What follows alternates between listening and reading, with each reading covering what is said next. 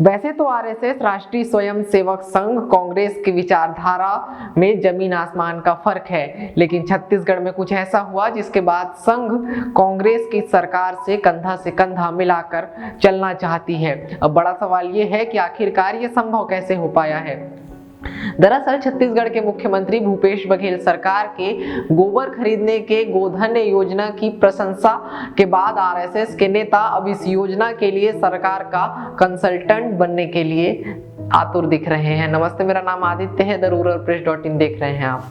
RSS के नेताओं का कहना है कि उनके प्रस्ताव का भाजपा और कांग्रेस की राजनीति से कोई लेना देना नहीं है। उनका यह समर्थन गायों के संरक्षण, रासायनिक खाद रहित खेती और प्रदेश के ग्रामीण आर्थिक स्थिति को मजबूत बनाने वाले मुख्यमंत्री के साथ है। मीडिया से बात करते हुए आरएसएस के नेताओं ने बताया कि मुख्यमंत्री के साथ 7 जुलाई को हुई एक बैठक में उन्होंने सरकार द्वारा किसानों से खरीदे जाने वाले गोबर का दाम 1.5 रुपए प्रति किलो से बढ़ाकर 5 रुपए प्रति किलो करने का आग्रह किया था, लेकिन सरकार ने गोबर के दाम में मात्र 2 रुपए की वृद्धि की। संघ के नेताओं का मानना है कि सरकार ने 2 रुपए बढ़ाए हैं, वह भी उनकी पैरवी की बदौलत है। आरएसएस नेता और प्रचारक भुवनेश्वर साहू ने बताया कि यदि सरकार चाहे तो हम उसके इस अभियान में पूरी कंसल्टेंसी दे सकते हैं। हमारे पास गाय और गोबर गौमूत्र के वर्मी कंपोस्ट और कीटनाशक बनाने के विशेषज्ञता हमारे पास है, जिसका इस्तेमाल हम किसानों को उचित प्रशिक्षण देने के लिए पिछले कई महीनों से कर रहे हैं। हमने प्रदेश भर में 4 नवंबर 2019 को गौ ग्राम स्वावलंबन अभियान की शुरुआत की थी।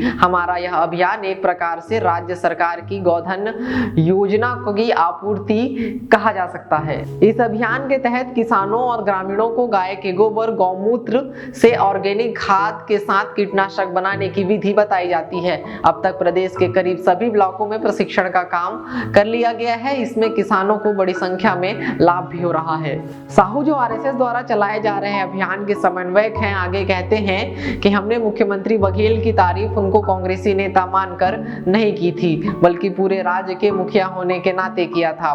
कुछ लोगों ने इसे में भी राजनीति के रंग देख लिए, लेकिन उनको पता होना चाहिए कि आरएसएस एक गैर राजनीतिक संगठन है जो राष्ट्र और जनता की मदद के लिए काम करता है।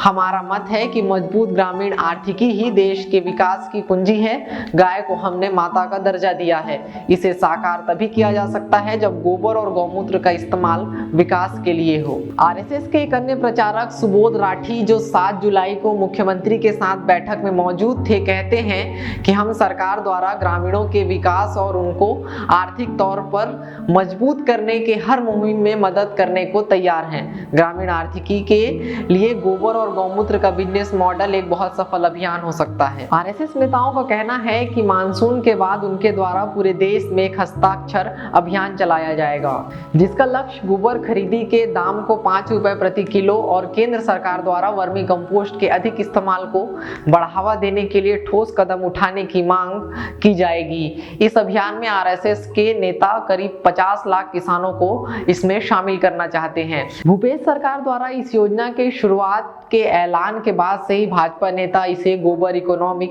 की संज्ञा दे रहे हैं। इसका मजाक उड़ाया जा रहा है।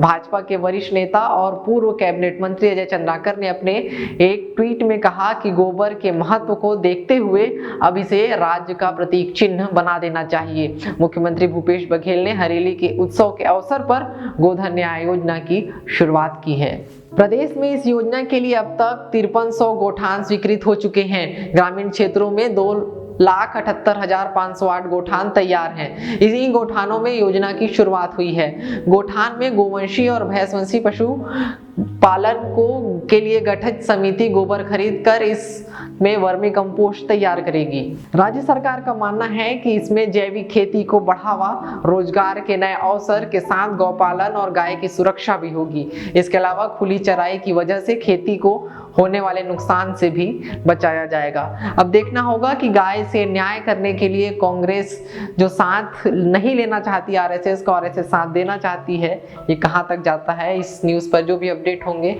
हम आपको बताते रहेंगे। अगर आप हमारा वीडियो YouTube चैनल पर देख रहे हैं तो चैनल को सब्सक्राइब करें, बेल आइकन को दबाएं ताकि आने वाले वीडियोस की नोटिफिकेशन मिलती रहेगी।